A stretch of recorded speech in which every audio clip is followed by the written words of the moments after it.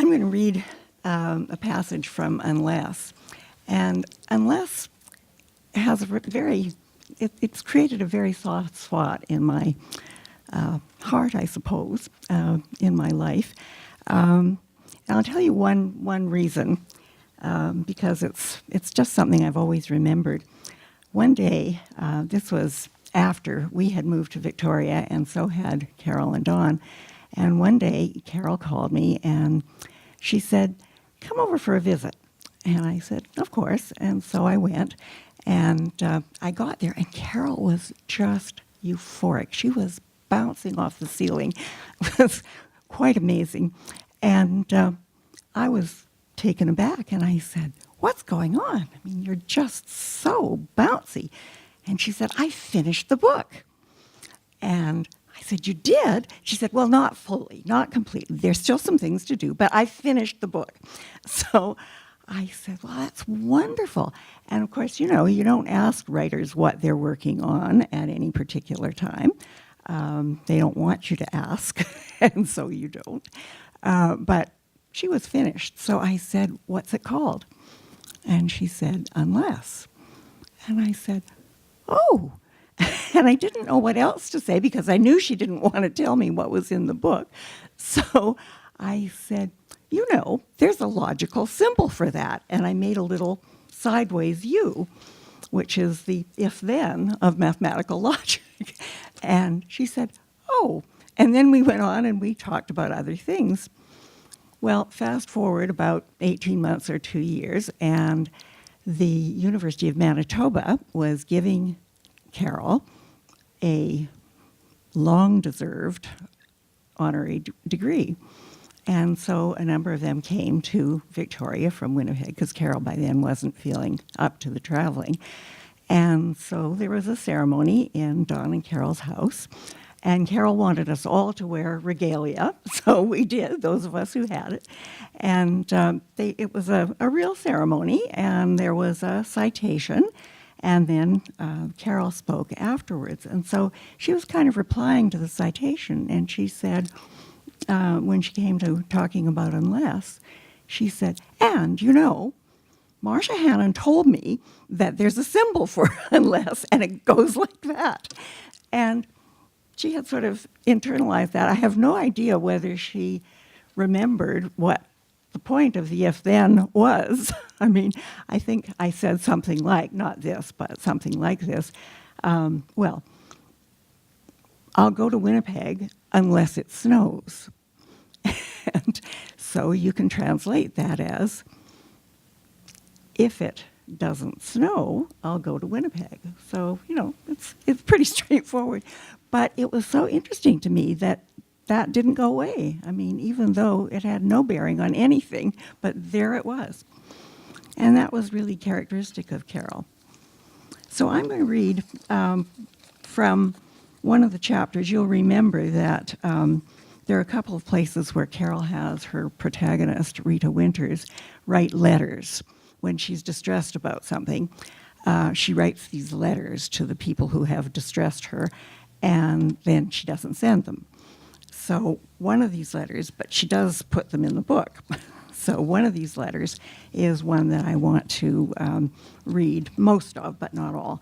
And I do because I think it exhibits, first of all, Carol's feminism, which is stronger in that book, I think, than anywhere else in her writing. It exhibits also her absolute love of words. And that was something that was so characteristic of her. So, and then, of course, you know, the business about the feminism ties to one of the main things in the book, which has to do with her daughter, Nora, who is not doing very well. So, I've been feeling somewhat despondent lately, and it was a relief to come across your long, brilliant piece in a recent issue of Comment, namely the history of dictionaries. And this letter is addressed to Alexander Volkner. The material felt exceptionally fresh and was set out with vigor and irreverence. I, too, love words and spend my working day chasing after synonyms. Particularly diverting was the way you leapt up and down from the lecturing platform, speaking sometimes with thrilling historical echoes, booming from the page, and other times whispering, like the curly-bearded man who sits in our public library and tries to write novels with a thesaurus at his elbow. From intimacy, you traveled to grandeur, then back and forth like a marvelously controlled metronome. I admired the way your essay builds on itself so meticulously, and the way it is anecdotal, accessible, and finally, shading toward the confessional. I recognized only too well the moments in which you were tempted to approach some of your great writers to see whether or not they indulge, keeping a dictionary hidden in that desk drawer, the equivalent of a Mickey of gin. John Updike, Saul Bellow, Richard Ford, Tom Wolfe, Anthony Lane are some of the names you suggested. Wouldn't that lot be taken by surprise to be questioned about their dictionary usage or non-usage? Just imagine their abashed scramble to hide the volume from view. And who else? Calvin Trillin, William F. Buckley, Robert Lowell, Anthony Burgess, Julian Barnes. That's quite a list. A high list, and also, you will agree, a rather low list. I'm sure you realized when you were reading over your proofs that you had neglected to mention Danielle Westerman or Joyce Carol Oates or Alice Munro. I think it's fortuitous that that one was in there.